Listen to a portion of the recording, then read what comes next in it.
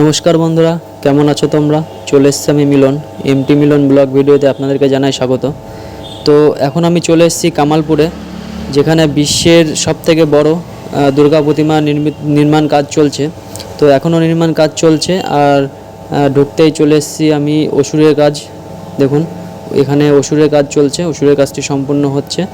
তো এখনও অসুরের কাজ অনেকটাই বাকি আছে। একটু ভিতরে গিয়ে দেখাবো তোমাদেরকে।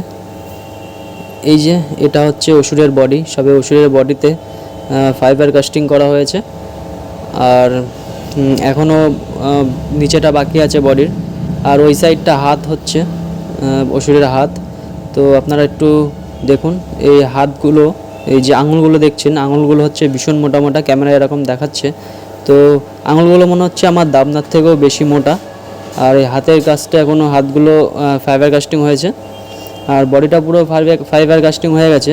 মাথাটা এখনও বাকি আছে, মাথাটা নির্মাণ কাজ চলছে। ওই পাশে দেখাবো তোমাদেরকে একটু পরে। আর আমি এই পাশটা চলে এসেছি, এই পাশটা অসুরের মুন্ডুর বা মাথার কাজটা চলছে। তো বড় রড দিয়ে, রডগুলো কেটে কেটে অসুরের মাথার শেপ দিয়ে এই স্ট্রাকচারটা তৈরি হচ্ছে, এবং রডটা ঝালাই করা হচ্ছে ঝালাই মেশিন দিয়ে। আর অসুরের মুন্ডুটা দেখতেই পাচ্ছেন, বিশাল বড় আকৃতির, দুখানা মানুষ উঠে গেছে এখানে বাঁশের ওপর বেয়ে। ভীষণ বড় একটা মুন্ডু হচ্ছে, ওষুধটাও ভীষণ বড়। আর এই পাশটা দেখাবো, একটু একটা ব্যানার দেওয়া আছে, বিশ্বের সবচেয়ে বড় দুর্গা প্রতিমা। তো এখন আমি চলে এসেছি এই পাশটাতে। এই পাশটা সরস্বতী ঠাকুরের কাজ নির্মাণ চলছে। পায়ের আঙুলগুলো দেখুন ভীষণ মোটা মোটা, আর সাইডে মাটিতে খুব সুন্দরভাবে কাজ করা আছে। আর বডিটা পুরো ফাইবার কাস্টিং করা হয়ে গেছে। তো আর কিছুদিনের মধ্যে এই ফাইবার কাস্টিংগুলো তোলা হবে।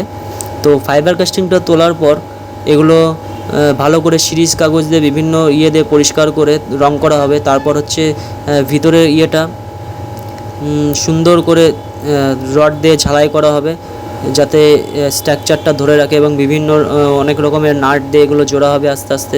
আর ঠাকুরের মুখটা দেখুন, খুবই সুন্দর লাগছে। এটা হচ্ছে ভীষণ বড় একটা সরস্বতী মূর্তি, যেটা দুর্গা ঠাকুরের সাথে একটা অ্যাটাচমেন্টভাবে করা হয়েছে। আর এইখানটায় হচ্ছে দুর্গা প্রতিমাটি, যেটা 111 ফুটের বিশ্বের সবচেয়ে বড় দুর্গা, তার কাজ এখনও চলছে। বিভিন্ন রড দিয়ে ভিতরটা ঝালাই করা হচ্ছে স্ট্রাকচারটা ধরে রাখার জন্য। এত বড় একটা প্রতিমা, যাতে কারোর কোনো ক্ষতি না হয়, বা যেটা দাঁড় করানো যায় সেই হিসাবে ভিতরে মোটা মোটা রড দিয়ে দাঁড় করানো হচ্ছে। আর এই যে খাপ খাপ করে ফাইবার কাস্টিংটা তোলা হয়েছে কেটে কেটে, দেখুন আপনারা। তো এগুলো কিন্তু জোড়া হবে নাট দিয়ে, বড় বড় নাট দিয়ে, এবং ভিতরটা একটু খেয়াল করলে দেখতে পাবেন যে বড় বড় রড দিয়ে এগুলো ঝালাই করা হয়েছে। আর সত্যি বলতে বন্ধুরা, কাজটা যখন হয়ে যাবে, মূর্তিটা যখন জোড়া হয়ে যাবে ফাইবারগুলো, তখন কিন্তু দেখতে একটা আলাদাই লাগবে, খুব সুন্দর লাগবে। আর এই কাকিমাটা তার হাজব্যান্ডকে ভিডিও কলে এই প্রতিমাটি দেখাচ্ছিল। তো দুর্গা প্রতিমাটা কিন্তু রং করা কমপ্লিট, সাদা রং হয়েছে, এবং এরপরে আরও কিছু রং হবে।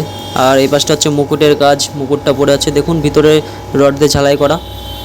আর এই পাশটা দেখাবো তোমাদেরকে একটু। এই পাশটায় একটা ছোট্ট মূর্তি নির্মাণ করা হচ্ছে, যেটা পুজো হবে, কারণ এত বড় ঠাকুর পুজো হয় না বলে এই ছোট্ট ঠাকুরে পুজো করা হবে।